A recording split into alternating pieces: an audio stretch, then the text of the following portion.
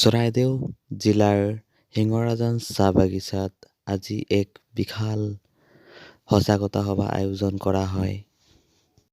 লগতে এই সভাত সন্মানীয় বলদেৱ তিলি ডাঙৰীয়াও উপস্থিত হয়।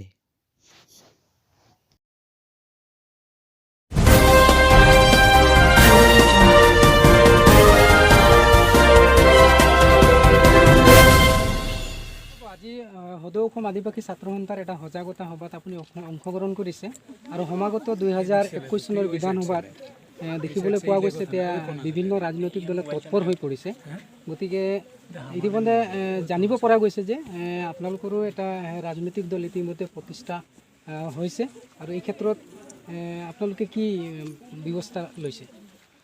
প্ৰথম কথা হ'ল আশাই যি ৰাইজৰ মাজত সজাগতাৰ সৃষ্টি, বিশেষভাৱে ৰাজনৈতিক সজাগতাৰ সৃষ্টিৰ কাৰণে এই ধৰণৰ একেবাৰে গ্ৰাছৰুট পৰ্যায়ত তৃণমূল পৰ্যায়ত যিবিলাক অনুষ্ঠান অনুষ্ঠিত কৰিছে তাৰ কাৰণে আশাৰ কৰ্মকৰ্তাক মই ধন্যবাদ জনাইছোঁ।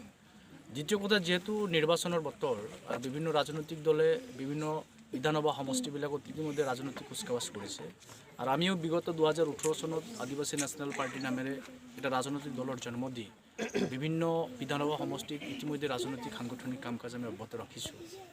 আৰু 106 নং সোণাৰী বিধানসভা সমষ্টিটো আমাৰ ইতিমধ্যেই বহু ঠাইত আদিবাসী নেশ্যনেল পাৰ্টিৰ কমিটি হৈছে, বুথ কমিটি হৈছে আৰু বিভিন্ন আমাৰ ভাতৃ সংগঠনবিলাক বিশেষভাৱে আদিবাসী ছাত্ৰ সন্থা, আদিবাসী সুৰক্ষা সমিতি বা অসম ছাত্ৰ সন্থা, অসম চাহ মজদুৰ সংঘ, এয়া আটাইকেইটা আদিবাসী চাহ শ্ৰমিকক প্ৰতিনিধিত্ব কৰা জাতীয় সংগঠনসমূহে জাতিটোৰ ৰাজনৈতিক ভৱিষ্যত সুৰক্ষিতকৰণৰ কাৰণে ৰাজনৈতিকভাৱে ঐক্যবদ্ধ হৈ আগন্তুক বিধানসভাত শক্তিশালী ৰূপে প্ৰতিদ্বন্দ্বিতা কৰা এটা মানসিকতা ইতিমধ্যে স্থিৰ কৰিছে।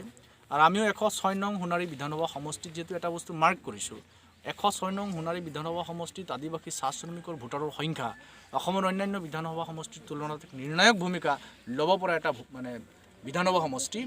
আৰু ইয়াতে প্ৰায় 70% টি গাৰ্ডেনৰ পপুলেশ্যন আছে। টি গাৰ্ডেন বেছ চাহ বাগিচা অধ্যুষিত জনসমষ্টিৰে ভোটাৰৰ এটা সংখ্যা আছে আৰু অনাগত 2021 চনত এক শক্তিশালী নিৰ্ণায়ক ভূমিকা ল'ব, এইটো ঠিক। আৰু আমিও এই সমষ্টিটোত 2021 চনৰ বিধানসভা নিৰ্বাচনত সোণাৰীৰ পৰা প্ৰতিনিধিত্ব আমি আগবঢ়াম।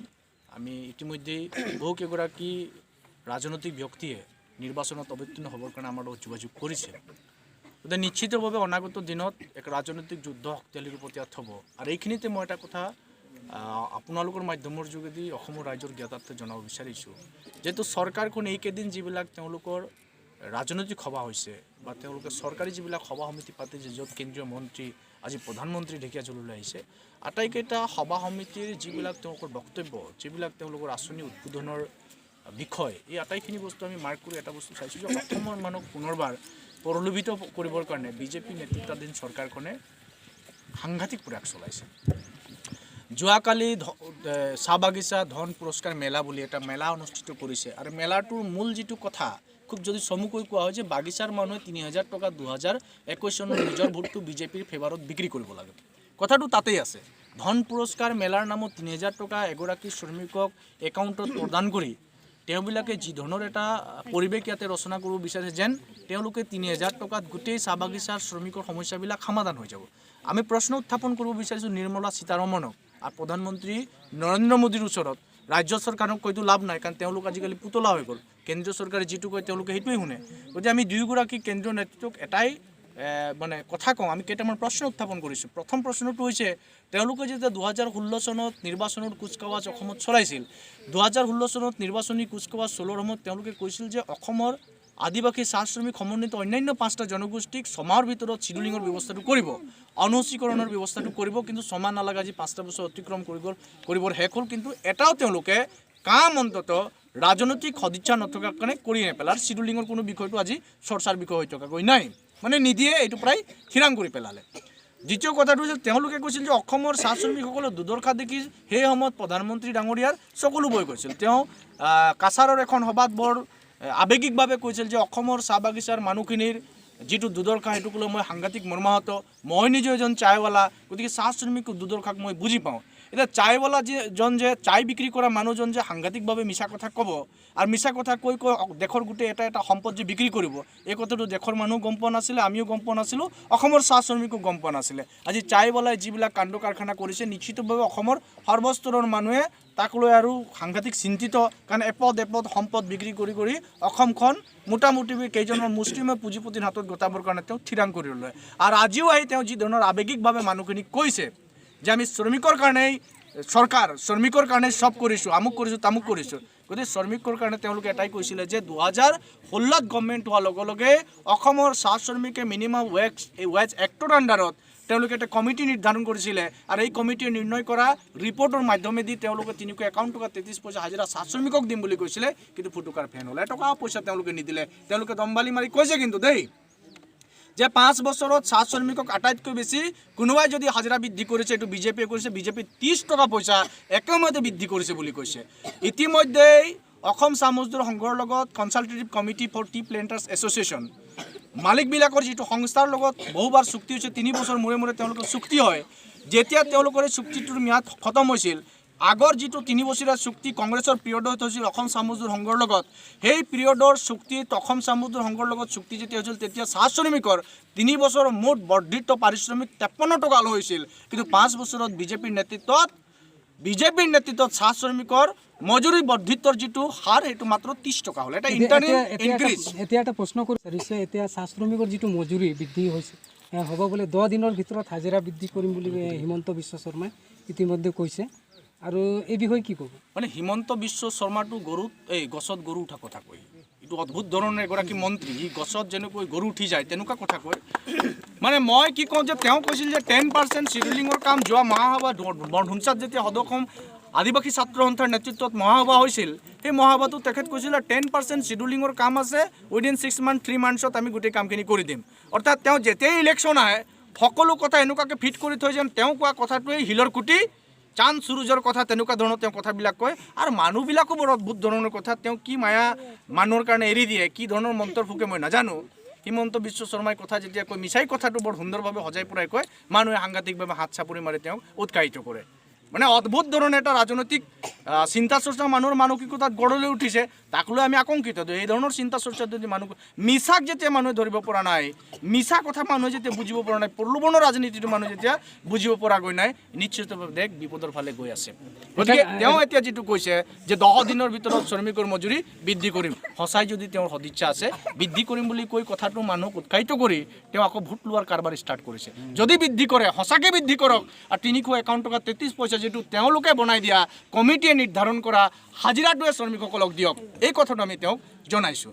হয়, আৰু এটা কথা আপোনাৰ পৰা জানিব বিচাৰিছোঁ, ইতিমধ্যে অসম জাতীয় পৰিষদ আৰু কৃষক মুক্তি সংগ্ৰাম সমিতিৰ যি ৰাজ্যৰ দল তেওঁলোকে অখিল গগৈকো সাক্ষাৎকাৰ কৰিছে, তেওঁ স্বাস্থ্যৰ বুজ লৈছে লুৰিণজ্যোতি গগৈয়ে, বা এই ক্ষেত্ৰত বা এতিয়া ৰাজনৈতিক দলৰ ভিতৰত যি আঞ্চলিক ৰাজনৈতিক দল আছে বা এই ক্ষেত্ৰত আপোনালোকে আনপাৰ লগত মানে স্থিতি কেনেকৈ থাকিব? নহয়, আমি যিহেতু প্ৰাৰম্ভিক যিখিনি আলোচনা অসম জাতীয় পৰিষদ বা ৰাইজৰ দলৰ লগত কৰিব লগা আছিল, মিত্ৰতাৰ প্ৰসংগত আমি প্ৰাৰম্ভিক যিখিনি কথা বতৰা এইখিনি আগবাঢ়িছে। এতিয়া যিখিনি ৰাজনৈতিক কথা বতৰা আছে, মানে আমি কি ধৰণৰ minimum program, common minimum program লৈ আমি আগবাঢ়িম, বা এজেপি ৰাইজৰ দল বা অন্যান্য যিখিনি আঞ্চলিক মনোভাৱাপন্ন দলবিলাক আছে তেওঁলোকৰ লগত কেনেকুৱা ধৰণৰ ৰাজনৈতিক মিত্ৰতা হ'ব, এই বিষয়ে আলোচনাৰ যথেষ্ট স্থল আছে। আমি আলোচনা খুব সোনকালে কৰিম।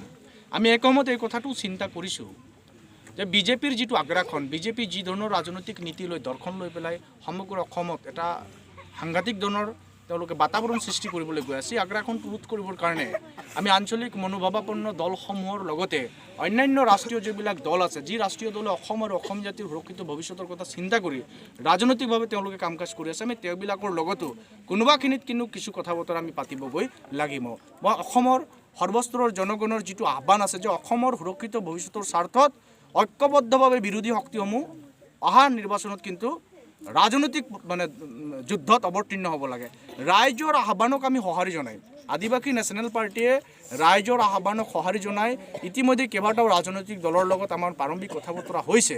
আমি আঞ্চলিক দলবিলাকৰ উপৰিও 2-1 ৰাষ্ট্ৰীয় দলৰ লগত আমাৰ কথা বতৰা হৈছে, আৰু আমি আশা কৰোঁ 2021 চনত অসমত অসম আৰু অসমীয়া জাতিৰ সুৰক্ষিত ভৱিষ্যত আৰু নিৰাপত্তাৰ দিশত আটাইতকৈ গুৰুত্বপূৰ্ণ ভূমিকা ল'ব পৰা ৰাজনৈতিক শক্তিয়ে শাসন ক্ষমতা দখল কৰিব। আৰু অসমৰ ৰাইজে যিহেতু বিভিন্ন সময়ত চাইলেণ্ট এটা মুডত আছে, মৌনতা অৱলম্বন কৰিছে, নিশ্চিতভাৱে অসমৰ ৰাইজে তেওঁলোকৰ মৌনতাই বিজেপিৰ বিৰুদ্ধে যে সাংঘাতিক এটা তেওঁলোকে মেণ্ডেট দিব, এই কথাটো কিন্তু অনুভৱ কৰিব পাৰিছে। এতিয়া বিশেষভাৱে এতিয়া চৰ্চিত হৈছে যে বলদেৱ তেলী ডাঙৰীয়া বোলে সোণাৰী সমষ্টিত প্ৰতিদ্বন্দ্বিতা আগবঢ়াব আনপা হয়, এই কথাটো কিমান সত্য?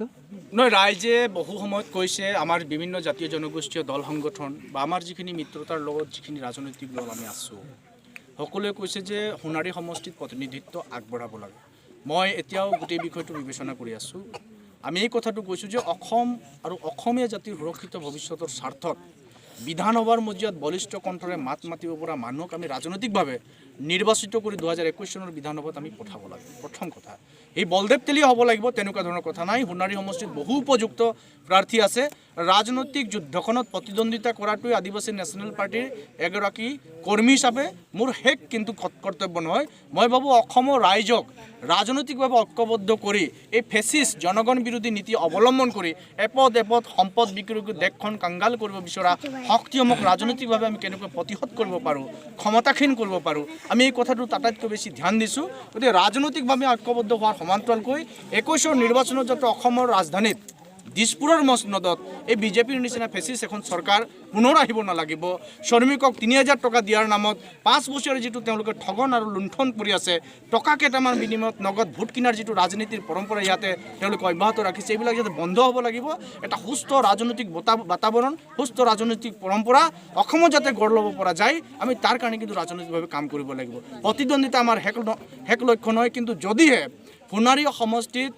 সোণাৰী সমষ্টিৰ সৰ্বস্তৰৰ ৰাইজে যদিহে কয় যে বলদেৱ তেলী তুমি আমাৰ সমষ্টিৰ হৈ প্ৰতিদ্বন্দ্বিতা আগবঢ়াব লাগিব, নিশ্চয় মই কথাটো আন্তৰিকতাৰে বিবেচনা কৰিম। এতিয়া অকণমান সময় আছে, সেই সময়লৈ আমি অপেক্ষা কৰিছোঁ। কিন্তু সোণাৰী সমষ্টিত অহা 2021 চনৰ বিধানসভা নিৰ্বাচনত আপোনালোকে একদম থিৰাং কৰি ৰাখক।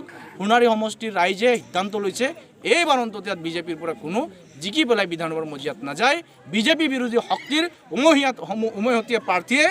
উমৈহতীয়া প্ৰাৰ্থীয়ে নিশ্চিতভাৱে সোণাৰী সমষ্টিত তেওঁ বিজয় সাব্যস্ত কৰি অসমৰ বিধানসভালৈ যাব। আৰু অসমৰ ৰাইজৰ, সোণাৰী সমষ্টিবাসী ৰাইজৰ বিভিন্ন সমস্যাৰ পৰা আৰম্ভ কৰি অসমৰ সুৰক্ষিত ভৱিষ্যতৰ স্বাৰ্থত বিধানসভাৰ মজিয়াত বজ্ৰকণ্ঠৰে তেওঁ নিজৰ শব্দৰ নিনাদ কৰিব।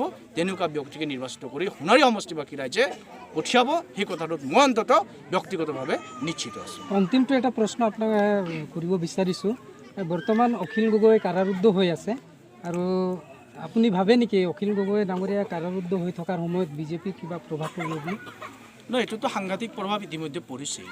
এইটো আৰু অসমৰ সৰ্বস্তৰৰ জনগণে এই কথাটো বাৰম্বাৰ চৰকাৰক কৈছে। অখিল গগৈক যিহেতু অন্যায়ভাৱে তেওঁলোকে কাৰাৰুদ্ধ কৰি ৰাখিছে, আটক কৰি ৰাখিছে, আবদ্ধ কৰি ৰাখিছে, আৰু মুক্তি দিবৰ কাৰণে সকলো স্তৰৰ ৰাইজেই বহুতবাৰ চৰকাৰক আহ্বান জনায়। আনকি বিজেপিৰ মানুহেও, বিজেপিৰ বহু সমৰ্থক, বিজেপিক ভোট দিয়া বহু ৰাইজে অখিল গগৈৰ ওপৰত অন্যায়ভাৱে চৰকাৰে কৰা যিটো আচৰণ তাক ধিক্কাৰ জনাই তেওঁৰ মুক্তিৰ দাবী কৰিছিল।